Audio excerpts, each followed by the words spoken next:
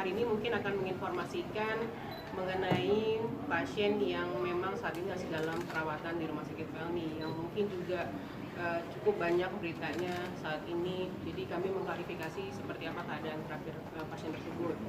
Pasien tersebut datang pada jam 7 malam ke IGD Rumah Sakit Pelni, diantar oleh yang diketahui adalah temannya dan beberapa petugas ataupun pegawai yang bertugas di area proyek.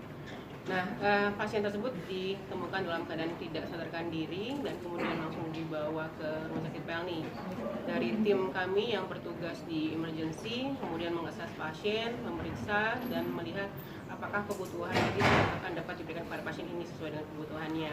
Sesuai dengan hasil pemeriksaan, pasien kemudian dilakukan operasi karena memang ditemukan perdarahan di daerah kepala dan juga patah di bahu kanan. Kemudian alhamdulillah operasi berjalan dengan lancar dan pasien saat ini masih dalam perawatan di Rumah Sakit Pelni. Kondisi terakhir pasien cukup baik, progresnya cukup memuaskan, tapi masih dalam keadaan yang tidak stabil lah, kita bilang dalam keadaan kritis. Sehingga pasien masih dalam membutuhkan pengawasan di ICU atau intensive care. Sekian yang bisa saya berikan sementara. Terima kasih. Bu, ini pasien yang atas nama Faisal Amir? Betul. Operasinya yang dilakukan operasi apa saja ya, karena ada 2 luka yang cukup signifikan di tubuh Amir atau Ica. Baik, operasi yang diberikan atau dilaksanakan kepada pasien adalah mungkin bahasa awamnya adalah evakuasi perdarahan di daerah kepala dan stabilisasi tulang di daerah bahu kanan.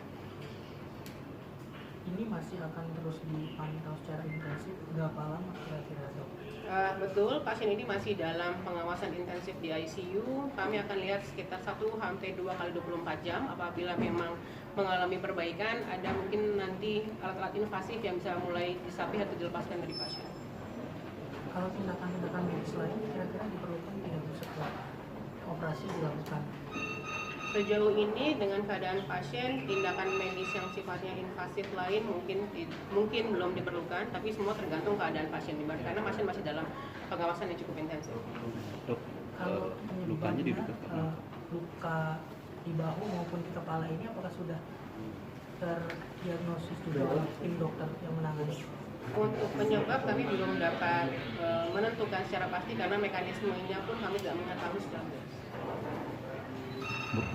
Selain Faisal Amir, ada korban lain kan yang juga dirawat di Rumah Sakit Pelni? Tidak hanya satu, dan satu adalah polisi sudah dirujuk ke sekitar. Ibu kalau boleh tahu, tadi kan diantar ke sini oleh teman-teman mahasiswa, kemudian pegawai proyek di sekitar Senayan. Ya, tepatnya kita juga kurang tahu karena mereka langsung meninggalkan pasien.